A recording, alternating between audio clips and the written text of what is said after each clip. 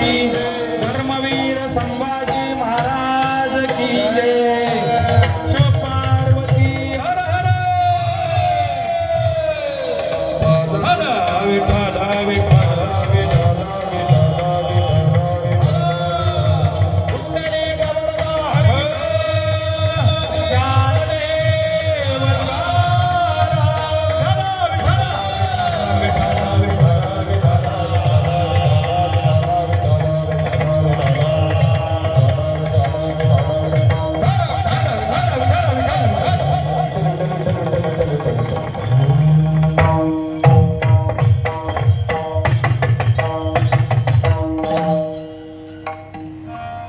लेकुराचे हित वाहे किंवा जाणे माऊलीचे चित्त ऐशी कळवळ्याची जाती करीला भाविन प्रीती पोटी भार वाहे त्याचे सर्वस्व ही साहे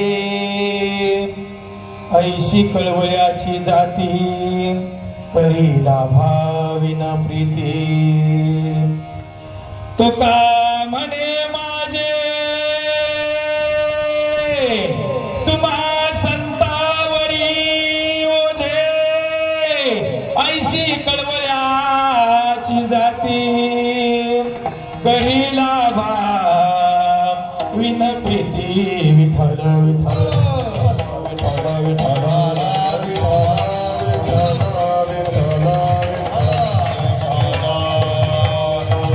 योगपीठे तटे भीमारत्यं वरं पुंडरीकाय दातो मुनीन्द्रे समागत्य तिष्ठन्तमानन्द कन्दं परब्रह्मलिङ्गं भजे पाण्डुरङ्गम्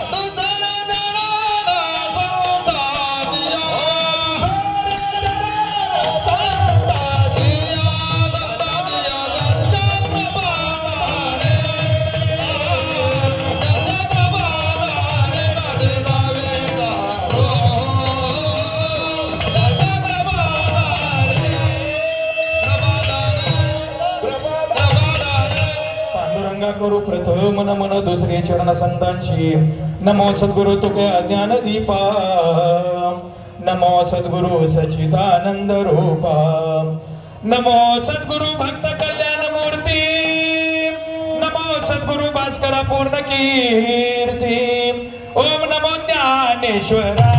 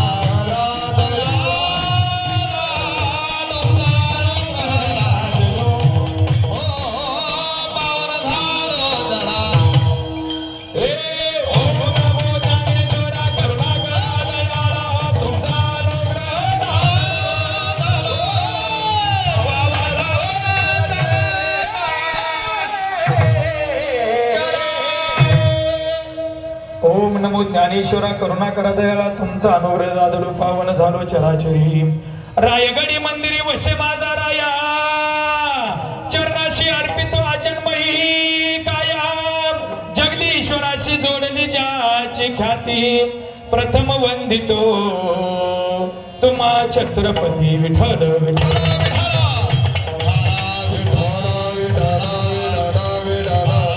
श्री गुरु चरण सरोज रज निज मनो मुकुर सुधारी भरनौ रघुबर विमल जसु जोदाय कुफल चारी बुद्धिहीन तनु जानिके सुमिरो पवन कुमार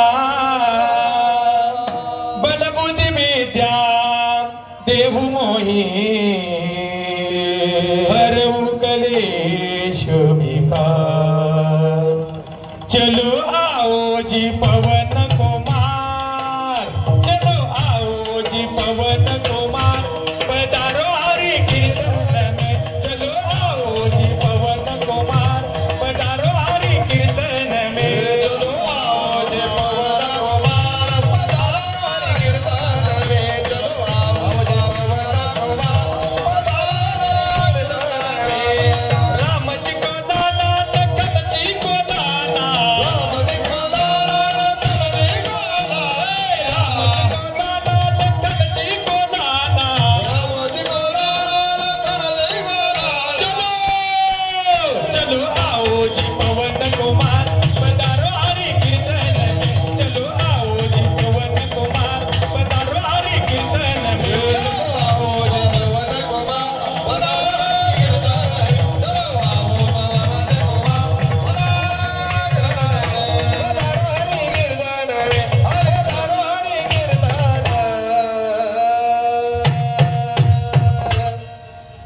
आत्मरूप गणेशो केलिया स्मरण होय सकळ विद्येच्या अधिकरण तेची वंदो श्री चरण श्री गुरूंचे ते नमस्कारोनी आता लेकुराचे हित वाहे माऊलीचे चित्त ऐशी कळवळ्याची जाती करीला भाविन प्रीती प्रस्तुत प्राप्तस्थळी प्राप्त प्रसंगी सेवेसाठी घेतलेला अभंग महाराजांनी अतिशय उत्कृष्ट चालीमध्ये गायलेला अभंग वेद सुज्ञ भक्त तज्ञ वारकरी तत्वज्ञ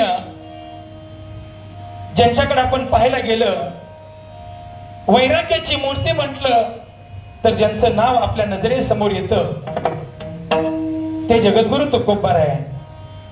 किती वैराग्य असावं एखाद्या व्यक्तीच्या अंगामध्ये. 375 वर्ष झाली जगद्गुरु तुकोबार आहे सदेह वैकुंठ गमन झालं. 375 वर्ष झाली तरी सुद्धा आपण ज्ञानोबा माऊली तुकाराम ज्ञानोबा माऊली तुकाराम असा जयघोष करतो. म्हणजे या व्यक्ती देहानं जरी गेल्या असल्या तरी सुद्धा या पृथ्वी तलावरती त्यांचा सदा वास आहे असे जगद्गुरु तुकोबार आहे. ज्यांच्याकडं वाणीमध्ये तेजस्विता चंद्राप्रमाणे शीतलता गंगेची पवित्रता आणि आईची वात्सल्यता असणारं व्यक्तिमत्व म्हणजे जगद्गुरु तुकोबार आहे. वैराग्य म्हणजे किती असावं. एखाद्या व्यक्तीनं दुपारी 12 वाजता काट्याच्या काठीनं मारावं पण त्याच व्यक्तीच्या घरी संध्याकाळी तेलाची वाटी घेऊन जावं आणि त्यांना विचारावं मला मारून मारून तुमचे हात खूप दुखत असतील तुमच्या हाताला जरा मालिश करू का. एवढं वैराग्य आपल्याकडे आहे का. एवढं वैराग्याची मूर्ती कोण आहे तर जगद्गुरु तुकोबार आहे. आणि या अभंगामध्ये जगद्गुरु तुकोबार सांगतात लेकुराचे हित. आपल्या मुलाबालांचं हित कोण बघत असतं. वाहे किंवा जाणे माऊलीचे चित्त. आईच्या हृदयामध्ये आपल्या मुलांशिवाय दुसरा कोणताच विचार आईच्या हृदयामध्ये कधीच असू शकत नाही. आणि म्हणून जगद्गुरु तुकोबार सांगतात लेकराचं हित जोपासणार पवित्र दैवत कोणतं असेल तर ती आपली आई. आई काय करते ज्यावेळी आई आपल्या लेकरांचं हित बघत असते त्यावेळी आपल्याला वाटेल आईकडे काहीतरी स्वार्थ असेल. पण जगद्गुरु तुकोबार सांगतात निस्वार्थी प्रेम करणार व्यक्तिमत्व कोण असतं तर ती आई असते. हित ते करावे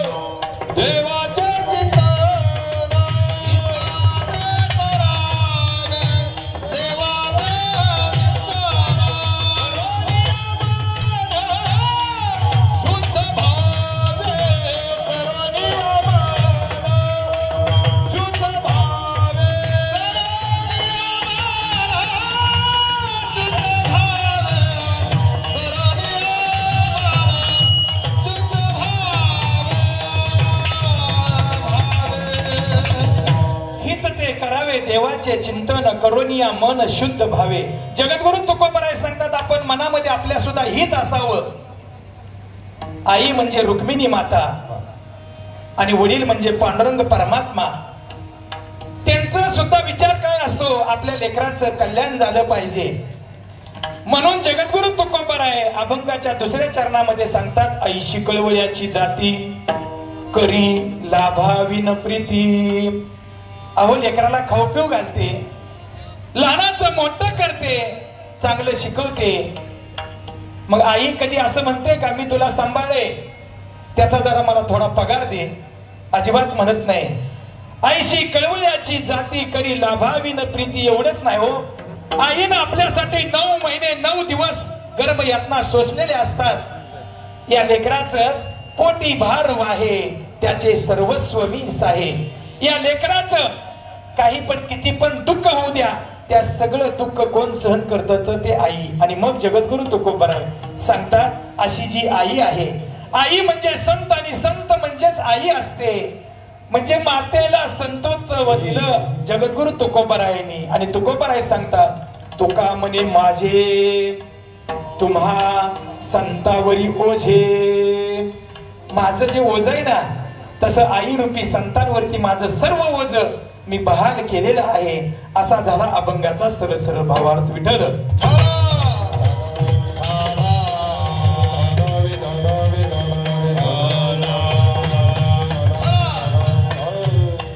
कीर्तनाला प्रारंभ करण्यापूर्वी थोडासा परिहार द्यायचा तो असा, तुम्हाला मला इथं जमलेल्या धर्म परिवर्तन मंडपामध्ये बसलेल्या प्रत्येक व्यक्तीला माहित आहे या कार्यक्रमाचं आयोजन, नियोजन, संयोजन, प्रयोजन कशासाठी केलेलं आहे. गेल्या वर्षी याच दिवशी कुणाच्या ध्यानी मनी सुद्धा आलं नाही. गेल्या वर्षी याच दिवशी याच घरातला एक ज्या मातेने रक्ताचं पाणी हाडाची काढ केली आणि आपलं कुटुंब स्थिर स्थावर केलं, या आईंचं गेल्या वर्षी जाणं झालं.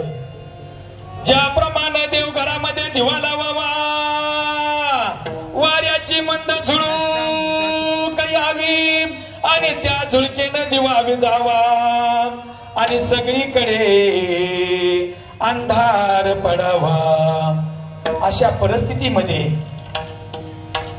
सकाळी उठल्याबरोबर भगवान परमात्म्याची सेवा करावी, तुलसी मातेला पाणी व्हावं आणि अशा अवस्थेमध्ये भगवान परमात्म्याचं दर्शन केल्यानंतर अचानकपणे जावं. आणि खरं तर आजींचं जाणं, जर समजा एखादी व्यक्ती भरपूर दिवस खितपत राहिला तर आपण म्हणतो माणूस जायला पाहिजे बरं का. पण आपल्या आईनं प्रत्येक व्यक्तीला, फक्त या कुटुंबातीलच व्यक्तीला नाही तर या कुटुंबातील असलेले सगळे पाहुणे मंडळी, इष्ट मित्र मंडळी, आपलं समस्त ग्रामस्थ, अख्खा इंदापूर तालुका, ज्या व्यक्तीच्या कानावरती ही बातमी कळली त्या प्रत्येकाच्या डोळ्यातून अश्रू आल्याशिवाय राहिले नाही. कारण का, माणूस किती जगला यापेक्षा ती व्यक्ती कशी जगली ह्याला फार मोठी किंमत आहे. माणसानं जीवनामध्ये असं चालावं की प्रत्येक व्यक्तीनं आपल्या बरोबर येऊन चालावं. असं ठिकाणी आपण बसावं की आपल्या अवतीभोवती इतरांना येऊन बसावं. आणि एवढंच नाही, ज्या दिवशी आपला देह जाणार आहे त्या दिवशी ज्या व्यक्तीला कळेल त्या प्रत्येक व्यक्तीच्या डोळ्यामधून आपल्यासाठी एक तरी अश्रू ढळावेत. आणि असं थोर व्यक्तिमत्व असणाऱ्या माझ्या आजी आणि राम मामा, भीमा मामा, अशोक मामा यांच्या मातोश्री हा मृत्यूलोक सोडून इह लोकाची यात्रा गेल्या वर्षी प्रवासाला सुरुवात झाली. आईच्या जाण्यानं जी घरातील पोकळी आहे ती कधीही पोकळी भरून न निघणारी आहे. एखादा आमदार, एखादा खासदार गेल्यानंतर त्याचं आपण इलेक्शन घेतो, पोट निवडणूक, म्हणजे ती जागा आपण भरू शकतो. पण ज्या घरातली आई जाते, ज्या घरातले वडील जातात, ते जागा मात्र आपण कधीच भरू शकत नाही. पण आजींचं सुद्धा सौभाग्य मी समजतो, कारण कपाळाचं कुंकू घेऊन जाणं म्हणजे त्या व्यक्तीसारखी भाग्यवान महिला या पृथ्वी तलावरती दुसरी नाही. विठ्ठल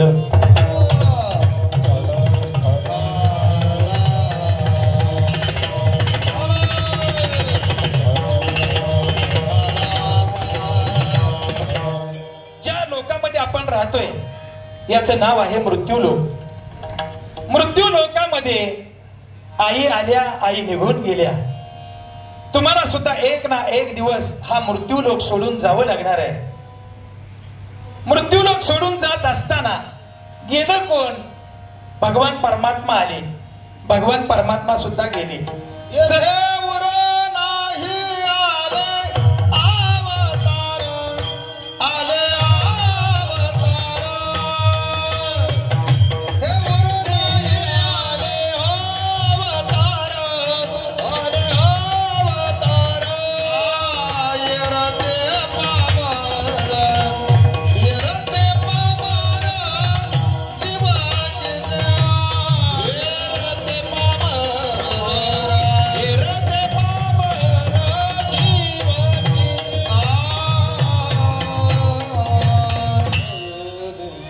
नाही उरो आले अवतार, हेरते पामर जीव किती. या ठिकाणी भगवान परमात्म्याचे अवतार सुद्धा आले आणि गेले. 9 भी मर गए, 10 भी मर गए, मर गए 1788. 9 भी मर गए, 10 भी मर गए, मर गए 1788. 9 भी मर गए, 10 भी मर गए, मर गए 1788. 9 भी मर गए, 10 भी मर गए, मर गए 1788. 33 कोटि देवता मर गए, बड़े काल के भाषी. 33 कोटि देवता मर गए, बड़े काल. 33 कोटि देवता मर गए, बड़े काल के भाषी. 33 कोटि देवता मर गए, बड़े काल के भाषी. 9 भी मर गए, 10 भी मर गए, मर गए 1788. 9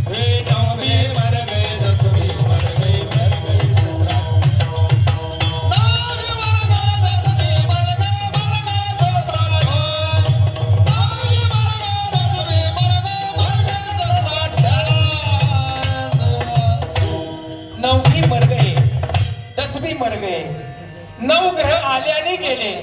भगवान परमात्म्याचे 10 अवतार मत्स्य, कच्छ, वराह, नरसिंह, वामन, प्रभू रामचंद्र, कृष्ण, बुद्ध, कल्की हे अवतार आले आणि गेले.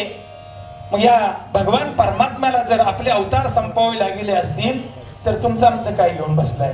संत कबीर सांगतात, पीर मरे पैगंबर मरे, मर गए जिंदा जोगी, जपी तपी संन्यासी मर गए हकीम रोगी. अहो पीर आले, पैगंबर आले गेले. जो डॉक्टर आहे, जो पेशंटला नीट करतो त्याला सुद्धा जावं लागतं. एकदा आपली वेळ आली की आपल्याला हा मृत्यूलोक सोडून जावंच लागतं.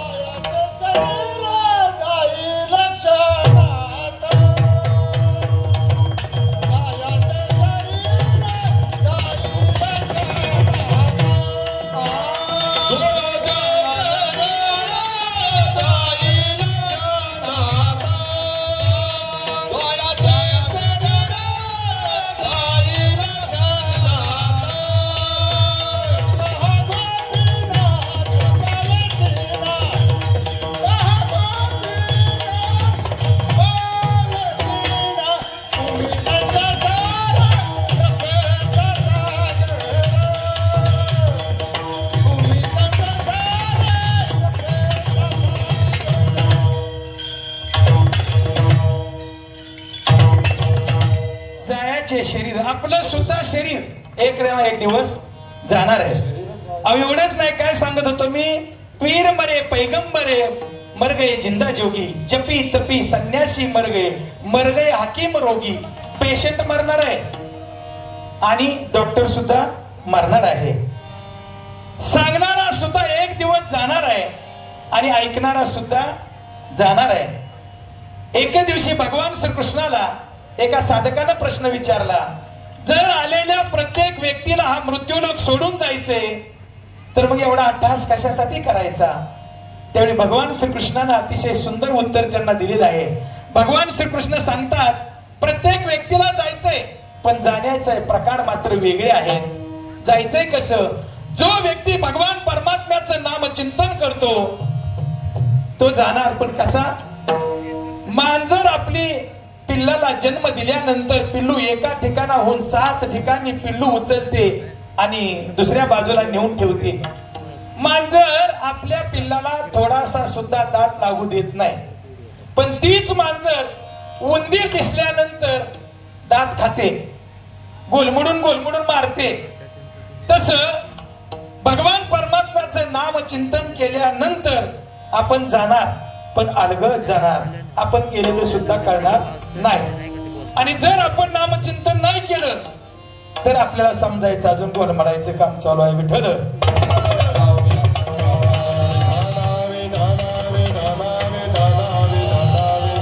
सगळे संत महंत आले गेले, आपले सुद्धा. तुम्ही म्हणाल आपण काय राहायला आलोय का? आपण सुद्धा राहायला आलो नाही. आजा मेला पंजा मेला पाप मसना गेला,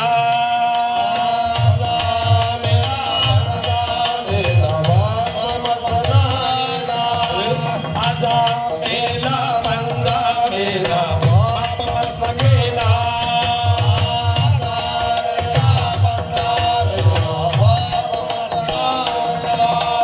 देखत देखत नातू बंधू, देखत देखत नातू बंधू, तोही कैसा उठा उठा जागा, पाठीमागे आले मोठे, उठा उठा जागा, पाठीमागे आले मोठे, उठा उठा जागा,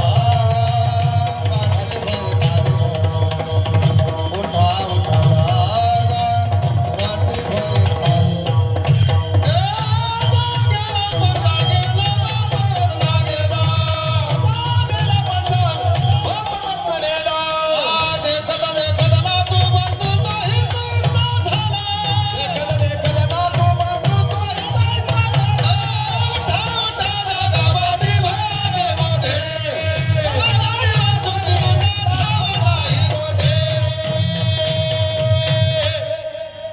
आजा आला, आपला पंजा आला, पंजा गेला.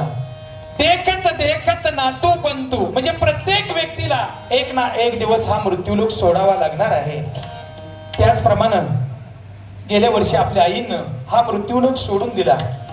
इह लोकांची यात्रा करत करत आज आजींसाठी स्वर्गाची द्वार खुली होणार आहेत आणि भगवान परमात्म्याच्या चरणाजवळ आजींना स्थान भेटणारच आहे, कारण ती जागा आरक्षित आहे. कारण थोर माऊलीची पुण्याई आणि या पुण्याईच्या जोरावरती आज भगवान परमात्म्याच्या दारामध्ये आई साहेब जाऊन उभे आहेत.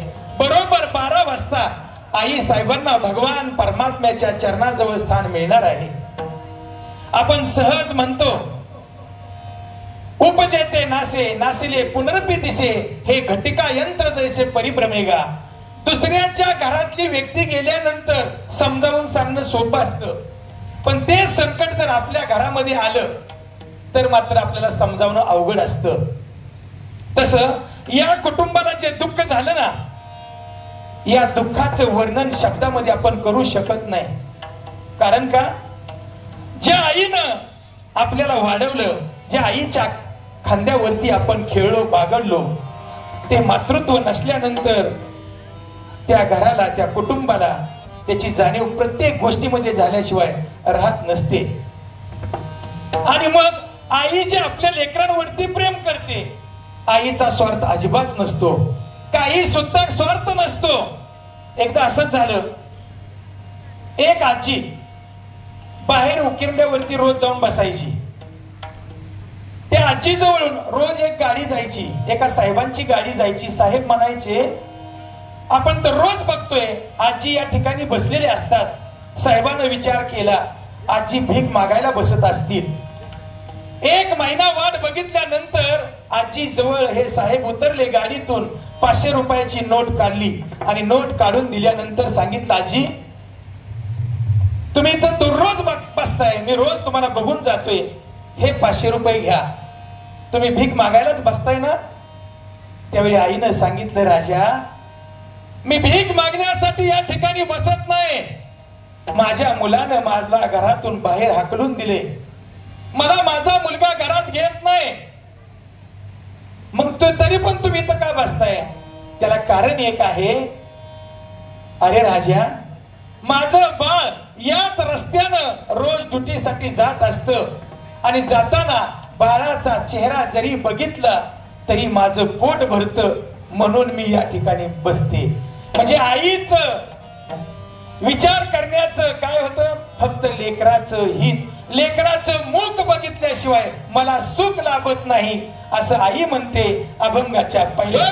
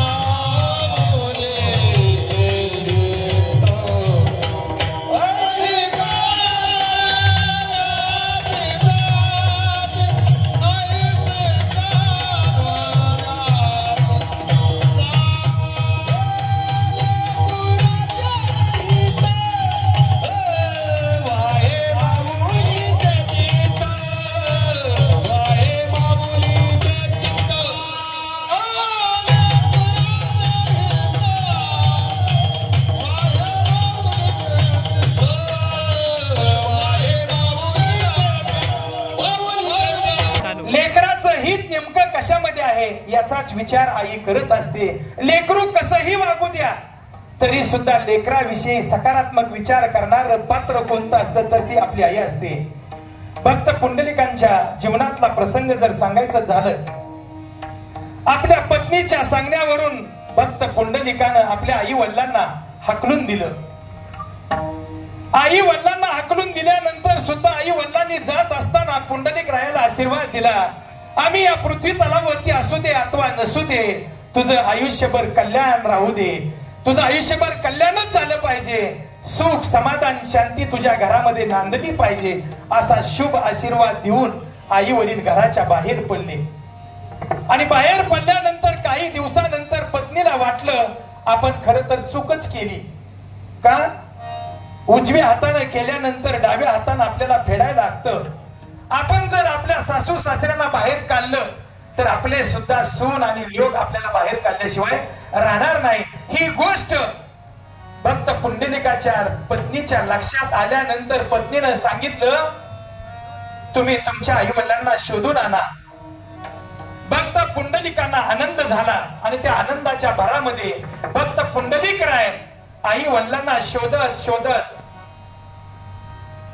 कुकुट स्वामीच्या आश्रमामध्ये पोहोचले. कुकुट स्वामींच्या आश्रमामध्ये गेल्यानंतर तिथं एक चित्र वेगळंच बघायला दिसलं. त्या ठिकाणी गेल्यानंतर गंगा यमुना सरस्वती या मलिन झालेल्या नद्या त्या ठिकाणी जाताना मलिन होऊन आल्या, येताना मलिन होऊन आल्या आणि जाताना मात्र सुचिरभूत होऊन गेल्या. भक्त पुंडलिक रायांना प्रश्न पडला, अरे येताना गंगा यमुना सरस्वती या मलिन होऊन येत आहेत आणि जाताना मात्र सुचिरभूत होऊन जात आहेत. त्यांनी विचारलं, आपण कोण? त्यावेळी त्यांनी सांगितलं, आम्ही गंगा यमुना सरस्वती. तुम्ही कशासाठी आलेला आहात? काय नाही, या जगाचं सर्व पाप आम्ही आमच्याकडे घेतो आणि जगाचं पाप घेतल्यामुळं आम्ही मलिन होतो. मग मलिन झाल्यानंतर तुमचं इथं काय काम आहे? ज्यावेळी आम्ही कुकुट स्वामींकडे येतो, त्यांचा आशीर्वाद घेतो, त्यावेळी आम्ही पवित्र होऊन पुन्हा माघारी जात असतो आणि पुन्हा लोकांचं पाप घेऊन पुन्हा आम्ही कुकुट स्वामींकडे येत असतो. हे ऐकल्यानंतर भक्त पुंडलिक रायांना वाटलं असे काही थोर महात्मे असतील. त्यांनी गंगा यमुना सरस्वतीला विचारलं नेमकी एवढी ताकद त्यांच्याकडे कशी काय आहे. त्यावेळी त्यांनी सांगितलं आम्हाला हे माहित नाही, तुम्ही कुकुट स्वामीकडे जावा आणि त्यांनाच विचारा. भक्त पुंडलिक राय या कुकुट स्वामींकडे गेले, दंडवत केले आणि त्यांनी विचारलं गंगेला पवित्र करण्याचं सामर्थ्य तुमच्याकडे आलं कुठून? त्यावेळी कुकुट स्वामी एकही शब्द बोलले नाहीत. त्यांनी माऊलींची ओळख सांगितली. सकल तीर्थाची जिये का माता पितरे तया सेवेसी की शरीरे लून कीजे. कुकुट स्वामींना सांगितलं आई वडिलांच्या सेवेमुळं माझ्यात हे सामर्थ्य आले. आणि मग पुंडलिक रायामध्ये सुद्धा केवढं मोठं सामर्थ्य आलं. ज्यावेळी ते आपल्या आई वडिलांची सेवा करत होते त्यावेळी प्रत्यक्ष पांडुरंग परमात्मा आल्याने पांडुरंग परमात्म्याने विचारलं पुंडलिक राया मी आलोय. त्यावेळी पुंडलिकाने सांगितलं तू आलाय म्हणजे कोण? अरे जगाचा मालक आलाय, जगाचा बाप आलाय. त्यांनी सांगितलं जगाचा बाप मला माहित नाही, पण जगाचा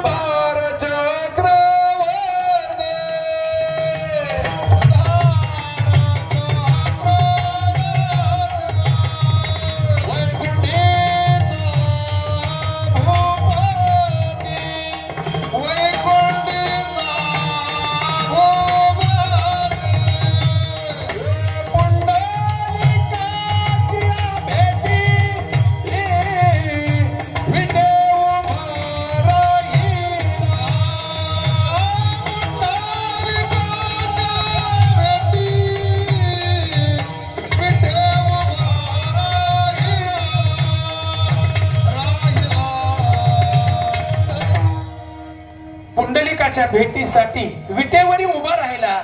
ज्यावेळी पुंडलिकाने सांगितलं रे मी आलोय, त्यावेळी पुंडलिक रायांनी वीट घेतली आणि भिरकवली. त्यावेळी भगवान परमात्मा म्हणतात ऐसा कैसा रे तो धीट आणि मागे भिरकवली वीट.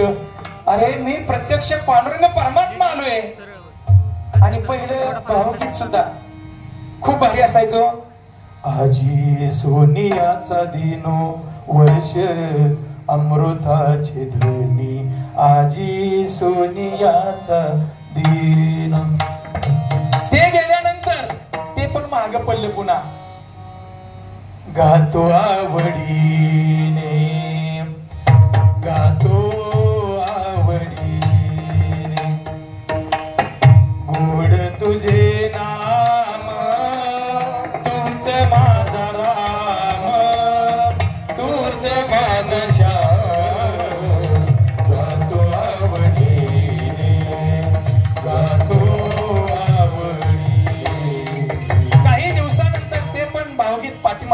गेलं.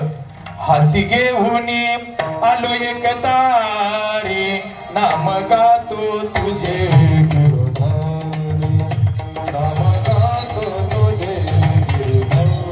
काही दिवसानंतर तेही गीत पाठीमागे गेलं. आणि मग चल ग सखे चल ग सखे पंढरीला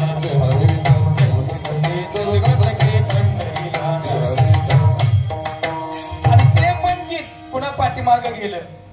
पाऊले चालती पंढरीची वाट पाऊले चालते पंढरीची वाट. आणि त्यानंतर जे गीत आलं कधी लागेल कधी लागेल कधी लागेल रे विड्या गोडिया बंगाची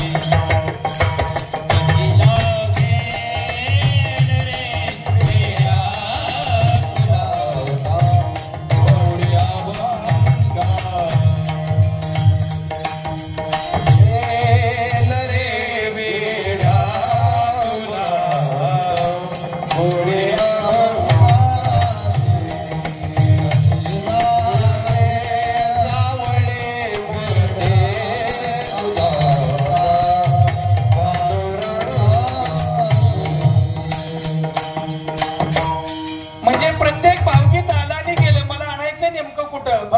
पुंडलिकांच्या सेवेजवळ आणायचे.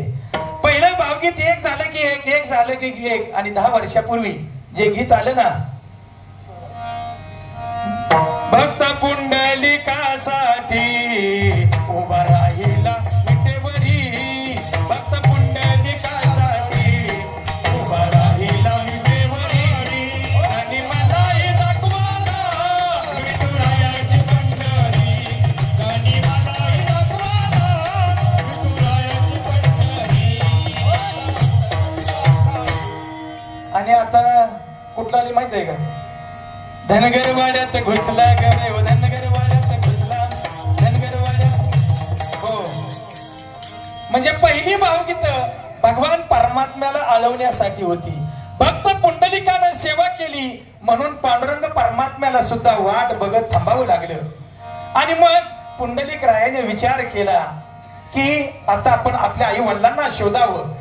आई वडिलांना शोधत शोधत मंदिराच्या एका खांबाच्या आड जाऊन भक्त पुंडलिक राय उभा राहिले. त्यावेळी त्यांचे आई वडील गप्पा मारत बसलेले दिसले. विचार केला, आपण एकदम आई वडिलांच्या समोर जाण्यापेक्षा आपले आई वडील नेमके कशाच्या गप्पा मारतायत हे ऐकूया. त्यावेळी आई म्हणत होती पुंडलिक रायांच्या वडिलांना, होय व आज मला पुंडलिकाची खूप आठवण येते. ऐकतय कोण? भक्त पुंडलिक. मला पुंडलिक रायाची खूप आठवण येते. बाप म्हणतो, अगं तुला वेडबिल लागले काय? ज्या मुलानं आपल्याला घरातून बाहेर हाकलून दिलं त्याची आठवण सुद्धा तू नाही केली पाहिजे. आई म्हणते, अहो असं कसं तुम्ही बोलताय? आपल्याच लेकरानं आपल्या मांडीवरती घाण केल्यानंतर आपण मांडी कापून टाकतो का? हे वाक्य ऐकल्या बरोबर भक्त पुंडलिकाच्या डोळ्यातून गळा गळा अश्रू व्हायला लागले. एवढंच नाही, आई म्हणते, मी एक बोलू का? वडील म्हणतात, बोल ना. आई म्हणते, आपण जर खरंच भगवान पांडुरंग परमात्म्याची मनापासून आराधना केली असेल, सेवा केली असेल, आपलं पिकलं पान कधी गळून जाईल काही सांगता येणार नाही. पण देवाला माझी एकच प्रार्थना आहे, जर आमची भक्ती खरी असेल तर आमच्या नंतर माझ्या पुंडलिकाला काटा सुद्धा टोचला नाही पाहिजे. म्हणजे आपल्या लेकरानं कितीही दुःख यातना दिल्या तरी आशीर्वाद देणार पात्र म्हणजे कोण? लेकुराचे हित, लेकुराचे हित, लेकुराचे हित, वाहे माऊलीचे चित्त, वाहे माऊलीचे चित्त, वाहे माऊलीचे चित्त, वाहे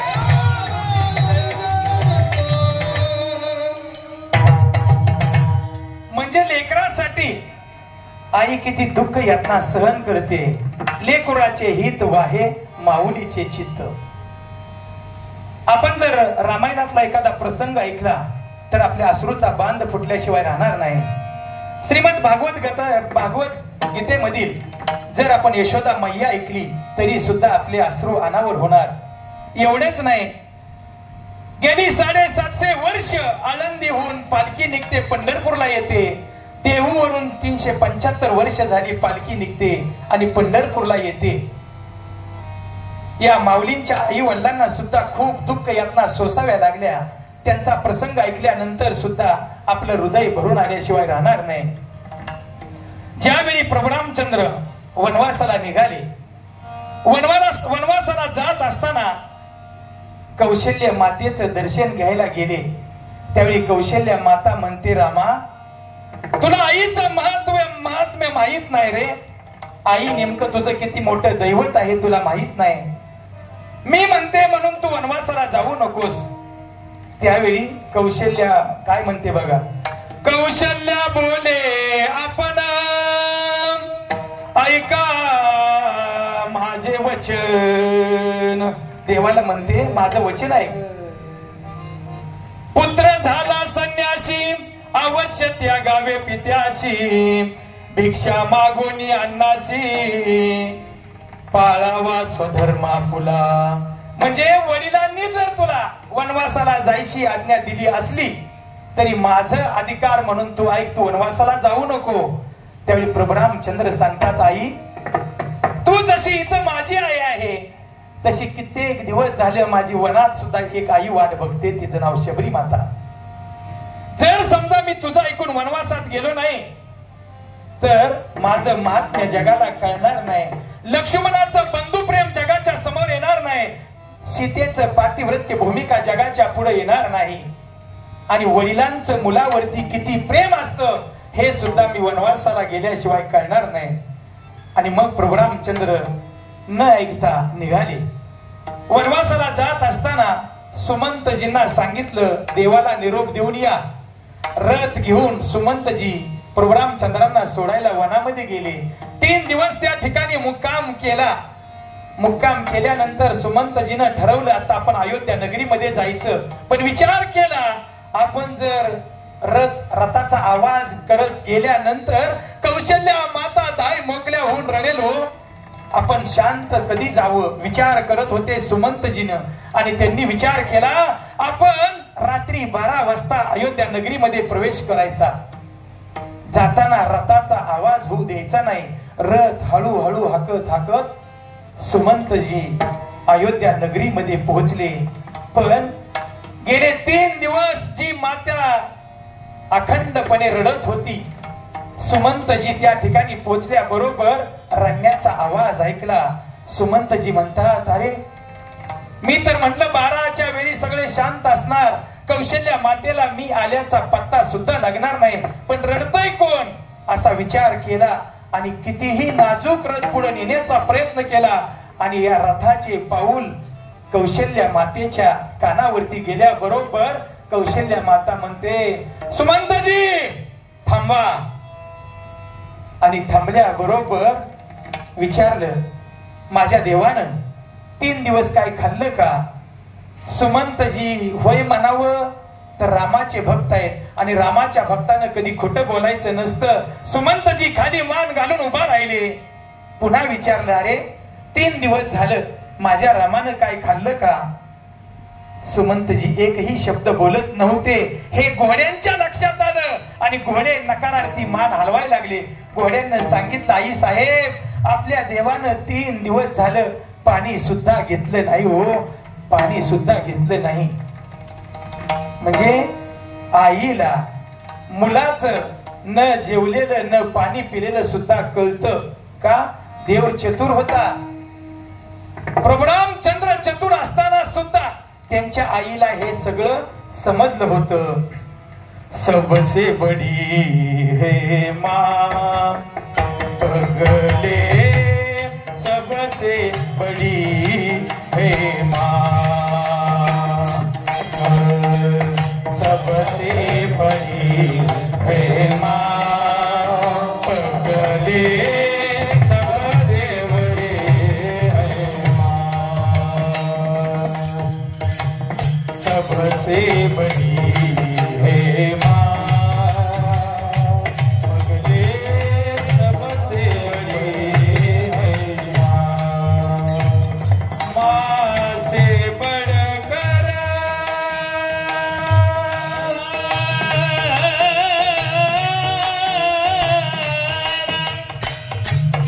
या पृथ्वी तलावावरती आई सारखा दैवत आपल्याला या पृथ्वी तलावावरती बघायला भेटत नाही.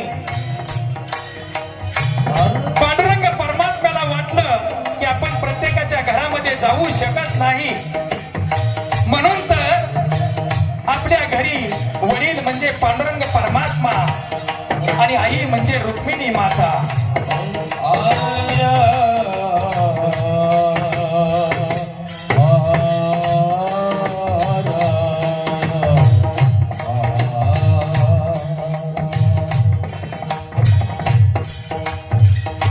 आई वडिलांची सेवा केल्यानंतर जे पुण्य कर्म आपल्याला लाभतं, कुठल्याही तीर्थाला गेलं तरी ते आपल्याला पुण्य लाभत नाही. एवढंच नाही, ज्या विश्व माऊलीची पालखी आळंदीहून पंढरपूरला येते त्यांच्या आई वडिलांना सुद्धा खूप दुःख यातना सोसाव्या लागल्या.